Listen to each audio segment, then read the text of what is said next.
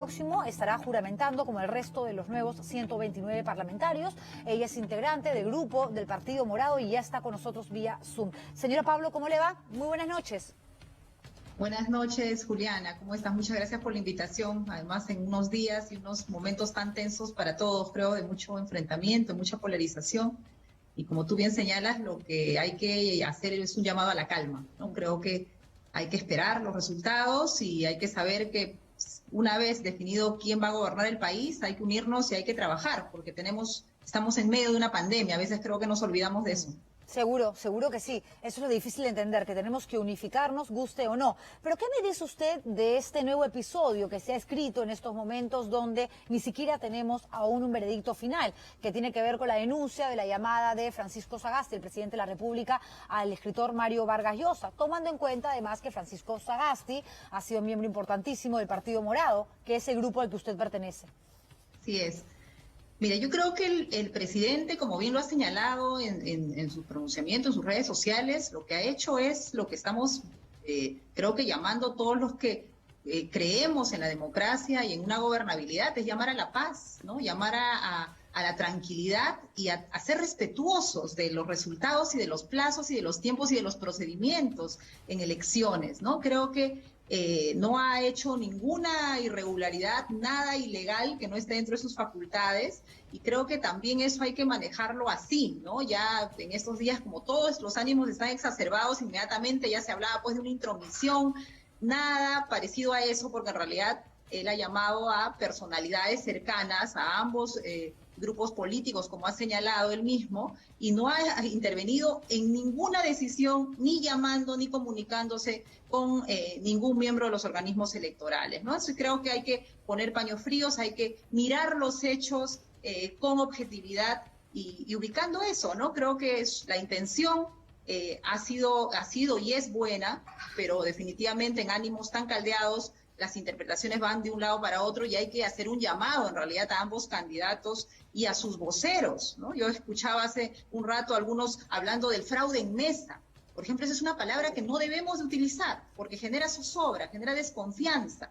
Pueden haber irregularidades, por supuesto, pueden haber fallas y para eso hay procedimientos, hay mecanismos, pero dejemos de usar, yo haría un llamado a ambos candidatos, la palabra fraude. ¿Por qué? Porque deslegitima un proceso que los organismos electorales están haciendo bien, que los observadores internacionales han reconocido que se está desarrollando con la normalidad que se desarrollan los procesos electorales y en los estándares que corresponden. En aras de la transparencia, ¿no hubiese sido mejor que el presidente de la República, ya que salió a admitir que efectivamente había llamado a Mario Vargas Llosa, que es cierto, no es un delito, no es una irregularidad, pero podría ser un acto poco ético o, digamos, imprudente, ¿no? Mejor mantenerse al margen hasta él mismo también conocer el resultado final, la palabra final, que la van a tener los organismos electorales. ¿Considera que hubiese sido mejor?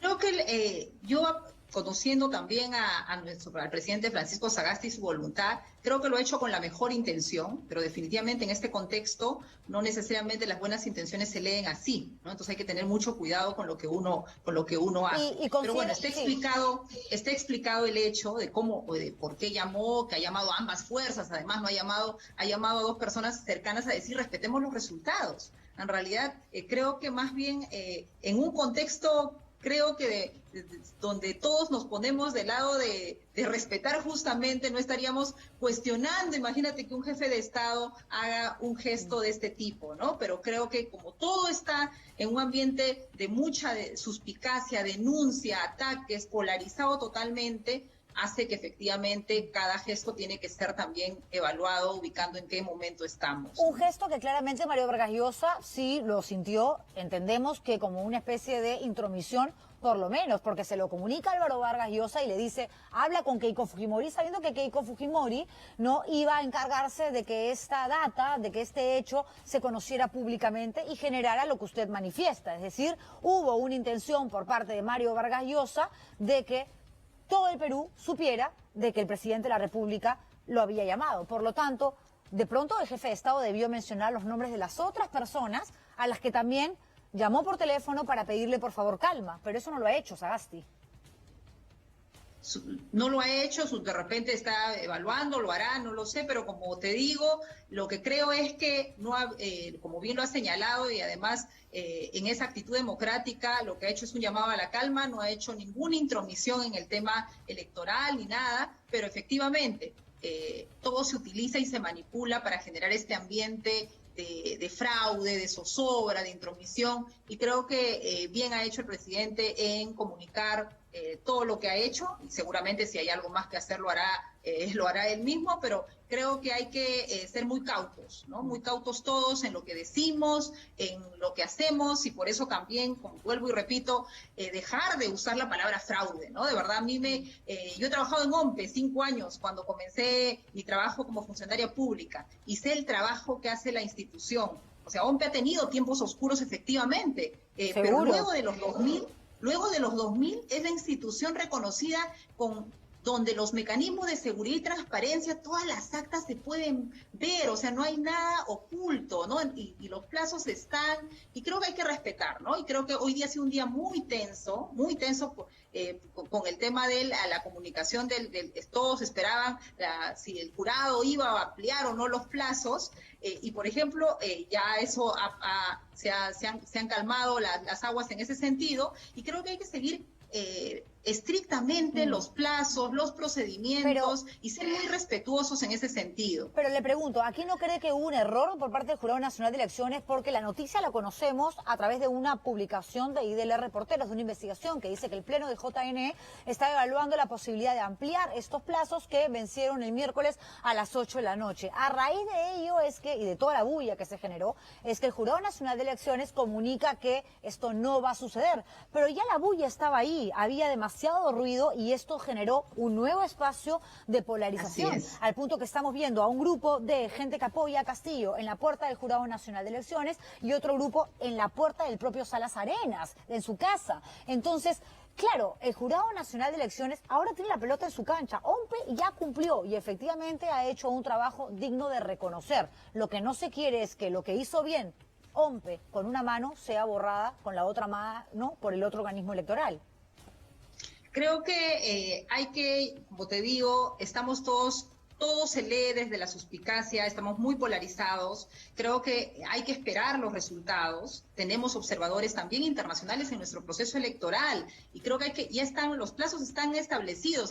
El proceso electoral no es algo que se determina en el camino, es algo que está prescrito, establecido, y hay que cumplirlo. Y creo que en ese camino tienen que estar ambos candidatos, esperar los plazos que ya están planteados, poder hacer un llamado a la calma a todos sus militantes y dejar este ánimo, porque una vez que estén los resultados, Juliana, se tiene que aceptar. Así, en democracia hay que saber ganar, hay que saber perder.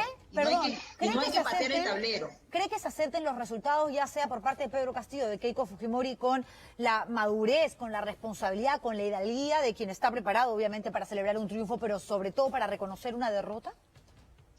Mire, yo creo que eso es lo que corresponde a alguien, y ambos han hablado durante la campaña que van a respetar el sistema democrático, han hecho mea culpa en el caso de la señora Keiko Fujimori, de su actuación en el Congreso anterior, ¿no? De un Congreso que no terminó de asumir el resultado electoral y tuvo una actitud bastante negativa respecto al Ejecutivo, y creo que todo eso que se dice en campaña hay que hacerlo, hay que llevarlo a la práctica.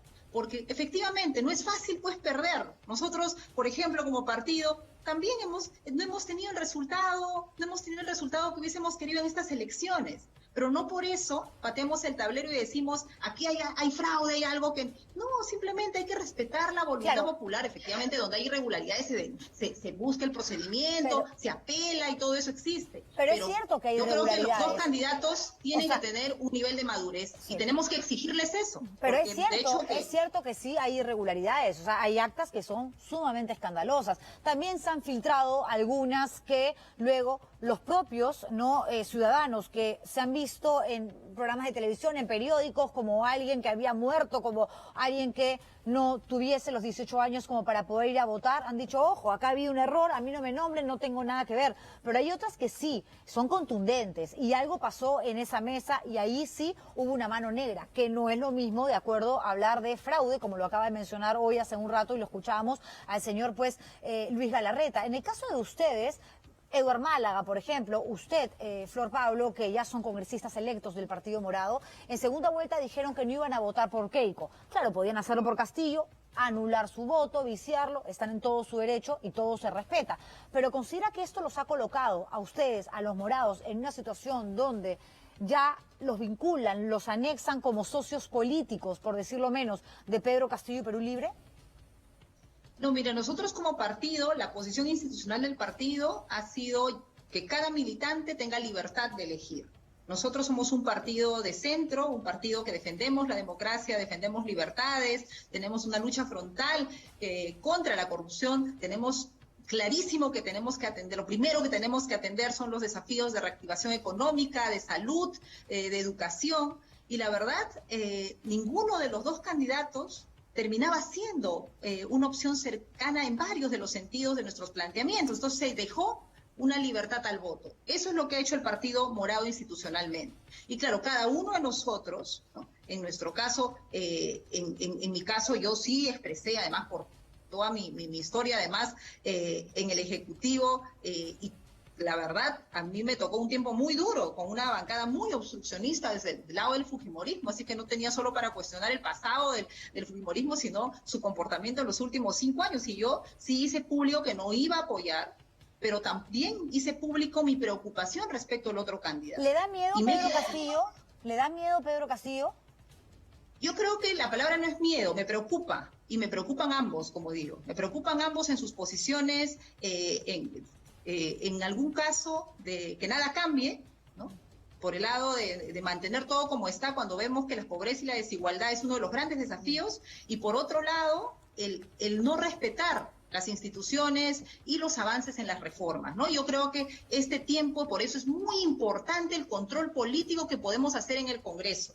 Nosotros, como bancada, como grupo parlamentario morado, somos solo 3, estamos ahí, nos definimos como una bancada independiente, como una bancada constructiva y también haciendo un control político fuerte, porque tenemos que asegurar aquello que es lo que nos sostiene en términos de principios. Bueno, lo que nosotros tenemos más de 600.000 ciudadanos que han votado por nosotros, que creen pues en los principios que he dicho anteriormente, y a ellos nos debemos, y desde ese apoyo, ese respaldo que hemos recibido para llegar al Congreso, es que vamos a trabajar para todos los peruanos, para todas las peruanas. Nunca vamos a hacer pues oposición por oposición, por eso, pero también vamos a tener una actitud crítica. Tienen una tremenda responsabilidad los congresistas entrantes, porque ni Perú Libre tiene mayoría ni Fuerza Popular. Vamos a ver qué pasa con las otras fuerzas del Parlamento para que operen no en función a las conveniencias personales, que eso lo hemos visto además hasta el cansancio y manera escandalosa, sino en función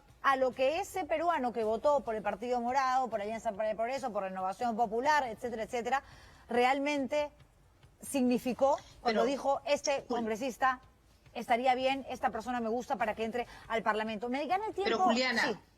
Algo que sí tenemos que hacer, discúlpame, es pasada el resultado, gane quien gane, tenemos que generar un clima de gobernabilidad. Como te decía antes, a mí me ha pasado tener un ejecutivo enfrentado con un legislativo y viceversa, donde no podíamos avanzar nada, los ministros desfilábamos a comisiones, a las interpelaciones. Mira, 8 ministros en 5 años en el sector educación. ¿Cómo se puede gobernar la educación? ¿Cómo se puede gobernar un país con ese nivel de inestabilidad? Bueno, está clarísimo. Entonces tenemos que aprender y tenemos que generar un nivel de acuerdo. Una vez definidos los resultados, gane quien gane, el Ejecutivo y el Legislativo tienen que trabajar en algunos puntos en común con una agenda mínima. ¿Por qué? Porque estamos en medio de una pandemia. La gente necesita recuperar su trabajo, salud, educación, y la verdad, esa es nuestra expectativa y nuestro compromiso como Partido Morado. Ojalá. Yo le agradezco muchísimo por esta entrevista, Flor Pablo, congresista electa del Partido Morado. Y sí, es lo que se espera. Si hay sangre en el ojo, señores, hay que lavarse la cara, empezar de cero y entender que se tiene que iniciar, se tiene que empezar a escribir un nuevo capítulo en aras de que este país siga avanzando a partir del 28 de julio. Ahí nos vamos a dar cuenta quiénes realmente aman al Perú y quiénes realmente no tienen la capacidad de desprenderse de toda esta violencia, zozobra, incertidumbre, preocupación que ha generado la campaña electoral y sigue, ¿no?, inmerso en su ambiente de odio sin ver un poco más allá. Gracias por esta entrevista, Flor Pablo. Y ya está con nosotros hablando de entrevistas Max